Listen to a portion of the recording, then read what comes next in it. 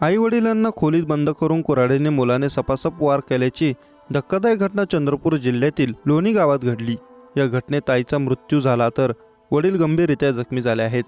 कमलाबाई सातपुते असे मृतक महिलेचे नाव आहे, तर पांडुरंग सातपुते हे गंभीररीत्या जखमी झाले आहेत। त्यांच्यावर जिल्हा रुग्णालयात उपचार सुरू आहे। आरोपी मनोज पांडुरंग सातपुते याला पोलिसांनी ताब्यात घेतलं। मिळालेल्या माहितीनुसार जिल्ह्यातील कोरपाना तालुक्यात येणाऱ्या लोणी येथील मनोज सातपुते या मुलाने आपल्या वयोवृद्ध आई वडिलांना एका खोलीत बंद केलं। त्यानंतर त्यांच्यावर कुऱ्हाडीने वार केले। या घटनेत कमलाबाई सातपुते यांचा मृत्यू झाला, तर पांडुरंग सातपुते हे गंभीररीत्या जखमी झाले आहेत। ही घटना काल बुधवारी दुपारच्या सुमारास घडली आहे। जखमी अवस्थेत पांडुरंग सातपुते यांना उपचारासाठी कोरपाना शासकीय रुग्णालयात दाखल करण्यात आले, मात्र प्रकृती चिंताजनक असल्याने चंद्रपूर मेडिकल कॉलेजला पुढील उपचारासाठी पाठवण्यात आले। या घटनेमुळे जिल्ह्यात एकच खळबळ उडाली आहे।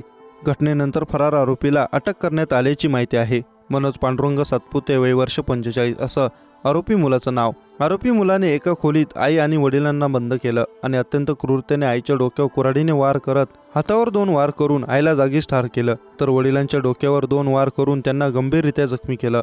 यानंतर तो वहिनीच्या मागे धावला, मात्र ती एका खोलीत लपली आणि दरवाजा बंद केल्याने तिचा जीव वाचला। घटनेनंतर आरोपी मुलाने तिथून पळ काढला, मात्र पोलिसांनी त्याला अटक केली। ही घटना शेतीच्या वादातून घडल्याची प्राथमिक माहिती आहे। पुढील कारवाई कोरपाना पोलीस करत आहेत। लिंग बदल शस्त्रक्रिया ही आता नवीन गोष्ट नाही। प्रेमात असलेल्या बॉयफ्रेंडच्या इच्छेखातर एका तरुणाने लिंग लिंग बदल करून मुलगी व्हायचं ठरवलं। त्यासाठी काही शस्त्रक्रिया करून घेतल्या, मात्र आता प्रियकरानेच फसवल्यानंतर इच्छा मरण द्या अशी मागणी लिंग बदल केलेल्या तरुणीने केली आहे। मध्य प्रदेशातील इंदूरमध्ये आपण पुरुषाच्या शरीरात स्त्री आहोत, म्हणजे आपल्या आवडीनिवडी भावभावना या स्त्रीसारख्या आहेत, या जाणीवेतून एका तरुणाने लिंग बदल शस्त्रक्रियेचा निर्णय घेतला। त्याच्या बॉयफ्रेंडने त्याला ही शस्त्रक्रिया करण्यास भाग पाडलं। त्यासाठी अनेक शस्त्रक्रिया करून घेतल्या। आता तिचं नाव रजनी आहे। शेवटची योनिमार्गासाठीची शस्त्रक्रिया शिल्लक असताना मात्र प्रियकरानेच त्याला सोडून दिलं आहे। त्यामुळे निसर्गाच्या विरुद्ध जाऊन मी स्वतःला बदललं। आता मी कोण, स्त्री की पुरुष हे मला कळत नाही, असं म्हणत इच्छा मरण द्या अशी मागणी रजनीने केली आहे। रजनी म्हणाली, मी 2-3 वर्षांपूर्वी विभव शुक्ला या तरुणाच्या प्रेमात पडले। इंस्टाग्रामवर आम्ही बोलू लागलो। त्यावेळी मला त्याचं खरं नाव माहिती नव्हतं, कारण सोनू या नावाने त्याने फेक अकाउंट उघडलं होतं। आम्हा दोघांनाही एकमेकांबद्दल आकर्षण वाटू लागलं। आम्हा दोघांनाही मुलं आवडतात हे आम्ही एकमेकांना सांगितलं। त्यावेळी मी मुलगाच होतो। माझी कुठलीही शस्त्रक्रिया झाली नव्हती। पुढे आमची मैत्री प्रेमात बदलली। 2021 मध्ये वृंदावन येथे आमची पहिल्यांदा भेट झाली। त्याला मी आवडत असल्यामुळे मी शस्त्रक्रिया करून मुलगी व्हावं असं त्याने मला सुचवलं।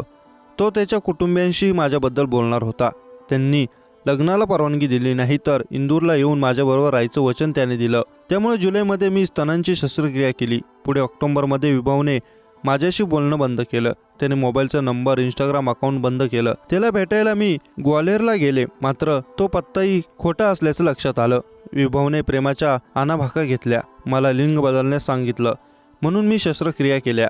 असं असताना त्याने मला का फसवलं हे जाणून घ्यायचं होतं, मात्र विभवची भेट न झाल्यामुळे मी इंदूरला परत आले, असे रजनीने स्पष्ट केलं। रजनीने विभवच्या विरोधात पोलिसात तक्रार केली, मात्र रजनीशिवाय इतर कोणालाच त्याचा चेहराही माहिती नसल्यामुळे पुरावा नाही म्हणून कारवाई होऊ शकली नाही। यानंतर 3 मार्च 2023ला होळीच्या दिवशी विभव आणि रजनी यांची अचानक भेट झाली।